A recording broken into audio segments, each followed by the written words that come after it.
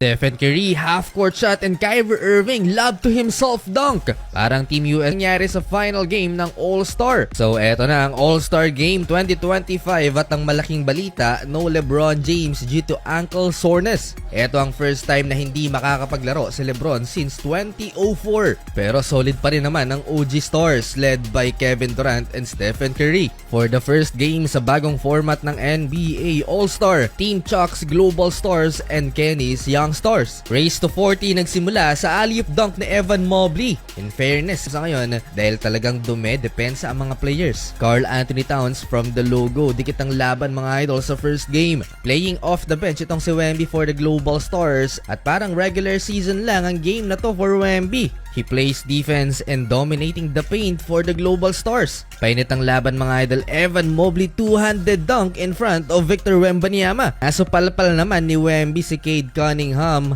Reverse dunk na sana. Jalen Williams cutting alley-oop dunk for the Young Stars. Final Jokic to Victor Wembanyama sa fast break. Mukhang etong inaantay na mangyari ni The Joker ang makakapag-throw ng lob pass sa isang cutting dunk at sila ang mag-a-advance sa final game. During break, Mr. Beast hosted the game between Damian Lillard and a fan with the 100,000 cash prize. This is a 3-point contest. Isa lang ang kailangang maipasok ng at the buzzer pa. Keep shooting. Keep going.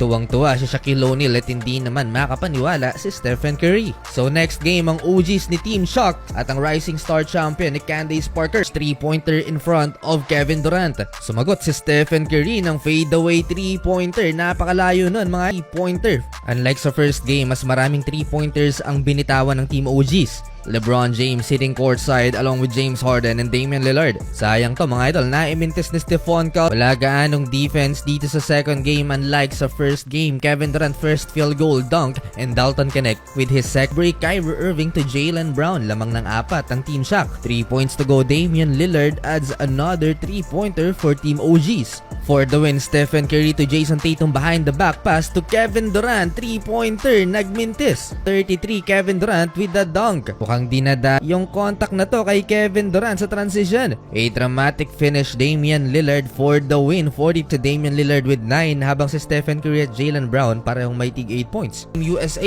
versus Team World mga idol. Para simula ng final game, Stephen Curry running 3-point shot from top of the key. 7-0 run for Team Shock. Jason Tatum with 8 early points. For the next All-Star game gaganapin sa Los Angeles. Na maalam na din ng TNT sa kanilang final broadcast ng NBA All-Star Game. Parang maiiyak si Charles Barkley mga idol. Nabaunan sila ni Kevin Hart ng fishing equipments. Back in the game, showtime na ang Team Shock mga idol. Stephen Curry bumitaw ng half-court shot. Niyang lob to himself, alley-oop dunk. Tapos na ang laban, natawagan pa ng 8 seconds violation si Stephen Curry. To finish off the game, Jason Tatum with the dunk. Panalo mga idol ang Team Shock.